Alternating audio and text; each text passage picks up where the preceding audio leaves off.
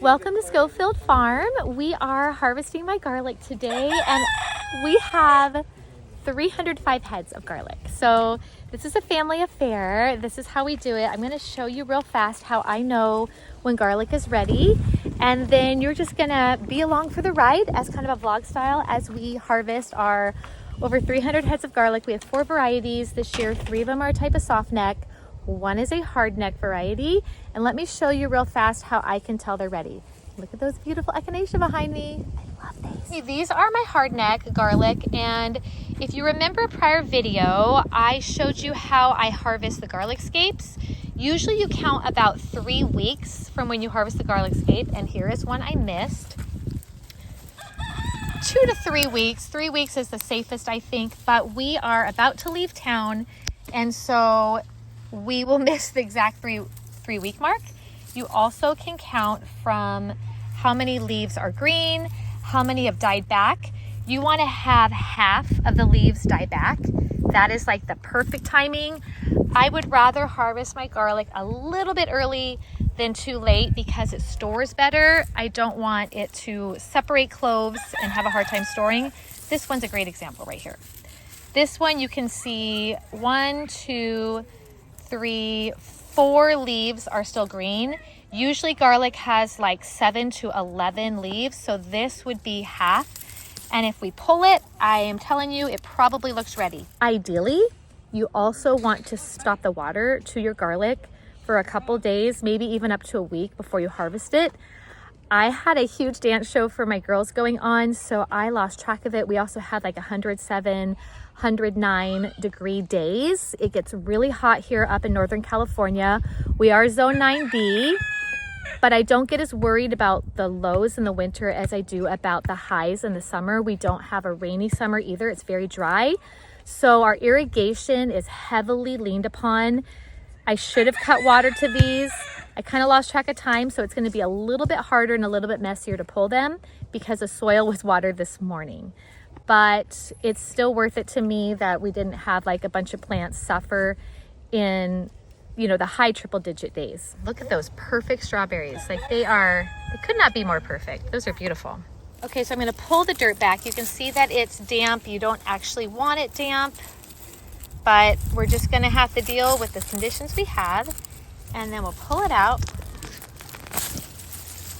It would pull out a lot easier if it wasn't damp. This still seems a little early to me, honestly, but it's just gonna have to do. You can kind of see the bumps for the cloves, but I would prefer harvesting this next week, but we won't be here.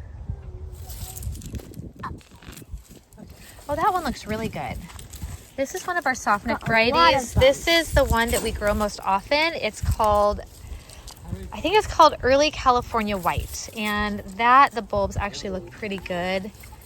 I think that this one is fine to harvest now.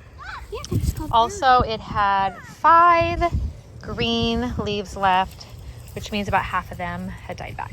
This is a new to us variety that is one of our soft neck. I'm going to have to look up what we harvested right here and put it on the screen for you. But that's a great size garlic. That looks really nice. It's kind of a flatter, but nice bulbing going on there. Even harvesting it a little bit early. So we have our different teams. We have our soft neck team. This is our Early California White. Good job. Can you brush off some of the soil into the bed though over there? Yeah. So brush as much soil as you can. Over here we have a hard neck team. We love hard neck for the scapes and the really strong flavor. And then my husband, he is the special 2 soft neck varieties that we got. That way I can try to save specifically seeds from these seed garlic. All you do to save seed garlic is you actually replant cloves from your biggest bulbs. And I have the least number of these, so I want to make sure that I purposely plant some of these next year. Whoops, you got to dig them up a little bit because it's so wet. Brush it off with your hand, brush the dirt off. That's because the soil is still wet. I'm sorry. You want to come be a part of the soft neck team over here? We'll get the chick. We'll get her. Nope, that's an onion. Yeah, good. Get as much dirt as off as you can because it's holding on to a lot of dirt. We got like an old overwintered pepper stem, but show how big that one is. That's a really good size. That one is, that's nice. Here, let's show over here. You said you have a really nice big one here too. Yeah, that's a good size garlic. Ooh, I like that. That's a good one too. Very nice, very nice. Real quick, would you do me a favor and hit the like button? And if you are not subscribed to our videos, you might want to subscribe and hit that bell down below, because then you're gonna get alerts about our future videos. I love to involve my family in everything I do in the garden, on the homestead, really in life. We have 7 kids, we do all the stuff together, and we love to bring you along just to kind of see how we do things. We garden year round, and I love to share that with you. So subscribe if you're interested, and let's get back to the video. The way we cure our garlic is we lay it on a wire shelf in 1 layer, or we bundle them and hang them from like a closed drying rack. And you don't want to trim the greens, the leaves, or the roots until they dry out all the way. I usually let them dry for 2 to 3 weeks. You'll be able to tell that there's not moisture left. That way, basically the leaves will dry and they'll make kind of like a closure around the bulbs, and it will help you store it. We have garlic still stored, actually even hardneck. Ooh, look at that pretty one from last year. So if you actually cure them properly, they should store for you for a very long time. But hanging them or laying them on like a wire rack where they are out of direct sunlight, it's too hot here for us to cure them outside, so I have to cure them inside. So our living area smells a lot like garlic. I don't mind, thankfully. But you want them to have ventilation. You want them to be like under 80 degrees if possible. And they need to have kind of space to dry out. When they all are dried out, they look cured. At that time, I will clean them. I will trim the roots. I'll trim the leaves. Do not wash them. The dirt will, brush off easily once they've dried out. But if you wash them, you're introducing moisture. It's going to make them harder to cure. And then it messes up their storage too. So it's actually pretty fun and easy. Let me show you how much. This is going really fast. We have a lot on the ground.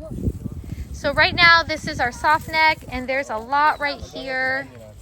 There's a lot. We've got tons of them. I like to lay them out flat in the sun just while we're harvesting, and then we'll bring them inside. An onion accidentally? Well, there we go. We'll eat it. We'll eat it. Over here, our hard neck. We've got a good amount here. They're just kind of drying. The dirt's drying out a little bit. Oh, some of these are great size. Like this one. That's a really good size. That's going to be good. These are great.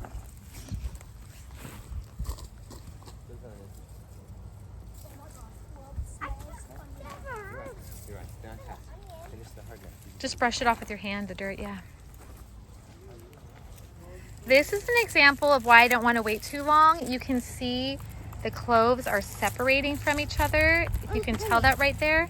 Yeah, they're beautiful cloves, but this won't store long. Yeah, there was one. I want to make sure you can see that really well. Like,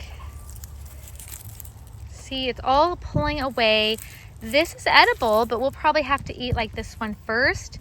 So if I waited 2 weeks for our trip to come back, most of my garlic would probably be like that, and it's all can be eaten, but I wouldn't be able to store it, for up to a year like I'm used to. So we're pulling them a little early, so this doesn't happen to all of them. I love purple coneflower. This has nothing to do with garlic, but they are so beautiful. They're perennials. They smell amazing. They look amazing. They're actually good for you. They're great for if you are sick to make as a tea. But the bees love them. I love them. And they're just pretty. They're just pretty. Mom, I'm okay. So this bed, post harvesting soft neck, and we also harvested cabbage from this bed. We actually need to re-mulch pretty bad because there's a lot of exposed soil. And it gets to like 109 this week on our forecast.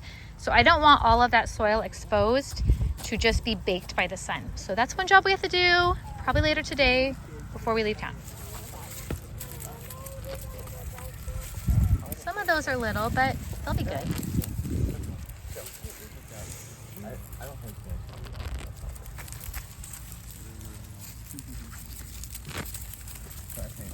By themselves. This one? Oh, see, this one's really little. And this one actually isn't fully formed, so we actually will eat this almost more like slicing it like green garlic. This one's Yeah. If they don't have the formed bulbs, we can still eat them. They just, we'll kind of slice them as you do an onion or something. Here, I'll go put that. Still tasty. A little early, but I don't want to chance them being too late. That's just how it's going to go this year. So this is what our harvest looks like. This is a lot of garlic. Goes back into there.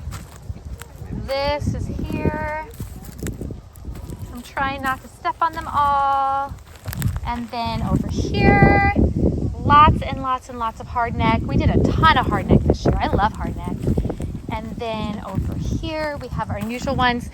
We accidentally combined the two of them, so I need to look up what they're supposed to look like to make sure I can separate them, but we will store those separate. So I can even label them, you know, one of the two, and we'll make sure to grow more of those this year. I really like this one though, because it's super big. That one did well here. I want to save from this to grow from this again because it did so well. My girls are also harvesting lettuce seeds. I have a whole video about this, and they're going to shake them into the bag. This one's a Mayan Jaguar. We love it. Here, you want to shake it? Mm-hmm. Shake, shake, shake, okay? Get them all in there, all the way in. You gotta shake it hard. There we go. So many lettuce that are bolting that we're gonna just cut all of them and shake them. And because if we wait 2 weeks, they're gonna be volunteering even all over our path. So winds are gonna get them. So that's one other job today. And then that is good for harvest in the garden.